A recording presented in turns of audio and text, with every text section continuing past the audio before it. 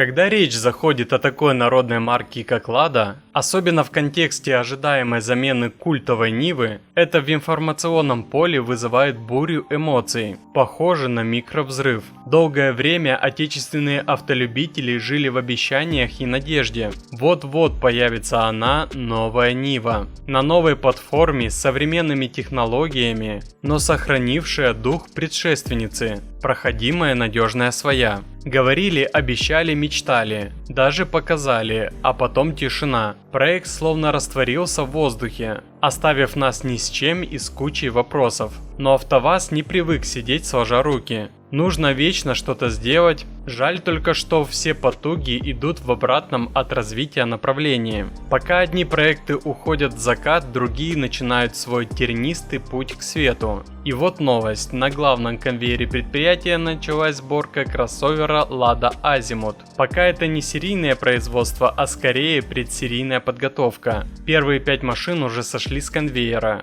а еще 16 проходят сертификационные испытания. Планы грандиозные. До весны следующего года автомобиль должен получить одобрение типа транспортного средства, что откроет путь к официальному старту продаж. Честно говоря, когда сначала показали проект новой Нивы, появление Lada Azimut стало, мягко говоря, неожиданностью. Вместо ожидаемого внедорожника, пусть и в современном исполнении, нам предлагают кроссовер. Причем кроссовер с весьма скромными на первый взгляд характеристиками. Под капотом либо обновленный мотор объемом 1,6 литра, работающий в паре с шестиступенчатой механикой, либо 1,8 литровый двигатель мощностью 122 лошадиные силы, агрегатированный с вариатором. Да, ВАЗ предпринял попытку создать что-то современное. И даже звучит неплохо. 1,8 литра, 122 лошадиные силы. Но вот незадача. Полного привода у Lada Azimut не будет. А это, согласитесь, уже совсем другая история, когда речь идет о кроссовере, который многие хотели бы видеть преемником легендарной Нивы, пусть и в другом форм-факторе. Но мы получили довольно убогий рубленый дизайн, слизанный то ли с корейца, то ли с очередного китайца. А ведь убери странные дизайнерские решения, добавь полный привод, а и что там говорить, ничего не сделается. Зато гнить не будет, говорят они. В качестве одного из ярких преимуществ Lada Azimut производитель выделяет его антикоррозийную защиту. Мол, машина не будет ржаветь, даже крыша оцинкована. Это безусловно обнадеживает, особенно на фоне того, что многие современные автомобили, в том числе китайские кроссоверы, не могут похвастаться таким уровнем защиты. Возможно, по этому параметру Azimut даже превосходит конкурентов. Но вот вопрос. Насколько важна эта оцинковка, если автомобиль не оправдывает возложенных на него ожиданий? Ведь помимо отсутствия полного привода есть и другие нюансы. Изначально, по слухам, планировалась и более мощная версия Lada Azimut со 150-сильным турбированным двигателем, который должен был работать с шестиступенчатым автоматом. Звучало уже интереснее, хотя и не решала проблему отсутствия полного привода. Но как это часто бывает, амбиции разбились о суровую реальность. АвтоВАЗ временно приостановил работу над этим турбированным двигателем. Причины вполне понятны. Текущие экономические трудности, 4-дневная рабочая неделя, нереализованные запасы других моделей, например, Lada Aura, и затягивающийся запуск Lada Искры. Хорошая новость заключается в том, что проект турбированного Азимута не закрыт, а лишь заморожен. Но когда замороженное станет размороженным – большой вопрос. А это значит, что есть вероятность, что покупатели получат Азимут с теми двигателями, которые уже находятся в разработке, без каких-либо турбобонусов. Как будет разгоняться и вести себя эта большая корова, построенная по сути на базе Лады Весты, покажет время. Но уже сейчас понятно, что без полного привода, даже со 122-сильным мотором, она вряд ли сможет претендовать на звание преемницы Нивы. После 2022 года АвтоВАЗ оказался в сложной ситуации. У них просто не осталось моделей в самом популярном на рынке классе – компактных кроссоверов. До санкций у ВАЗа был более-менее четкий план. Новая Нива на новой платформе, готовая к 2023-2024 годам, с полным приводом, но реалии изменились. После 2022 года пришлось по сути изобретать велосипед, создавать кроссовер на базе уже существующей платформы Lada Vesta. Два варианта. Либо установка полного привода на эту платформу оказалась слишком дорогой, либо она могла существенно замедлить запуск производства. Возможно, в будущем полный привод появится и на Азимуте. Хоть и маловероятно, платформа Весты не предусматривает такой возможности. Но лучше иметь кроссовер без полного привода, чем не иметь его вовсе. Такова, видимо, логика АвтоВАЗа. Это, кстати, похоже на историю с автоматом на Ладе Весте.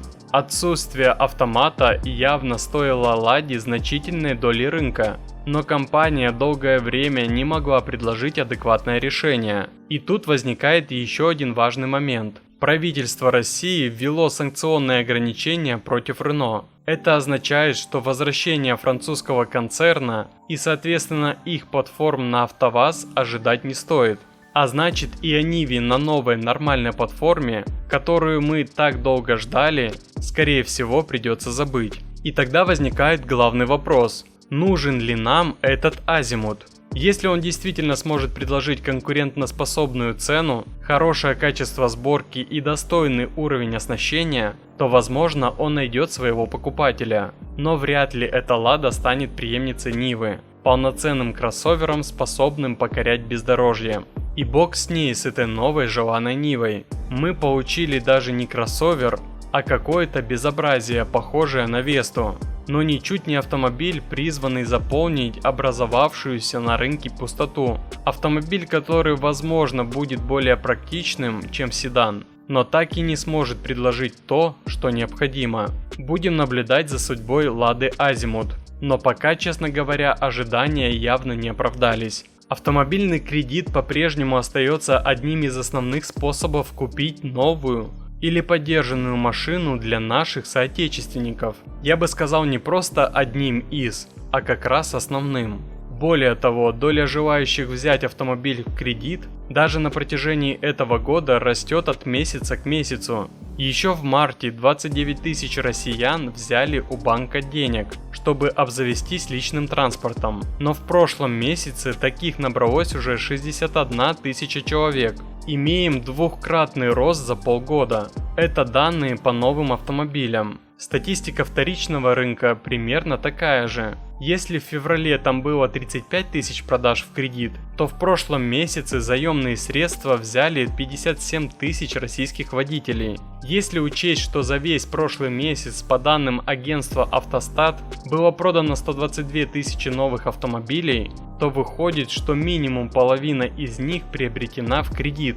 Кроме того, есть ведь еще какой-то процент тех, кто брал не целевой автокредит, а обычный потребительский, и докладывал его в покупку машины за наличные, но их статистика учесть не может. Среди новых машин абсолютный чемпион по кредитам – это Haval Jolion. Среди поддержанных Kia Rio. Скольким россиянам банки отказывают в кредите на машину? Очень многим. И количество их растет. Свежайшие данные показывают, что в прошлом месяце 83% желающих взять автомобиль в кредит получили отказ. Это на 6% больше, чем месяцем ранее. Сколько сегодня нужно зарабатывать россиянину, чтобы ему одобрили кредит на автомобиль? Если брать классический автомобильный кредит без государственных субсидий и рассрочек от производителя, то процентная ставка сегодня очень высокая. Она достигает 24,4% на новые автомобили и 25,3% на поддержанные, по данным статистики. Средний размер автомобильного кредита в прошлом месяце составил 1,5 миллиона рублей. Его срок 5 лет. Как рассчитали специалисты, с такими водными заемщику придется выплачивать около 44 тысяч рублей каждый месяц. Переплатит заемщик за те же самые 5 лет примерно 1,2 миллиона рублей. Как считают эксперты, для комфортной жизни с таким кредитом нужно зарабатывать не менее 90 тысяч рублей, потому что Центральный банк допускает трату свыше 50% дохода на кредит. Но здесь надо учитывать, что это допустимый минимум. Минимальный риск получить отказ имеют те, кто зарабатывает около 150 тысяч рублей в месяц. Напишите в комментариях, как вам Лада Азимут. Ну и шутка на прощание. Когда власти говорят, что у нас все хорошо, они говорят правду. У них на самом деле все хорошо. А больше автоновостей, инсайдов и юмора вы найдете в наших Рутуб, ВК и Телеграм каналах. Подписывайтесь, ссылки в описании.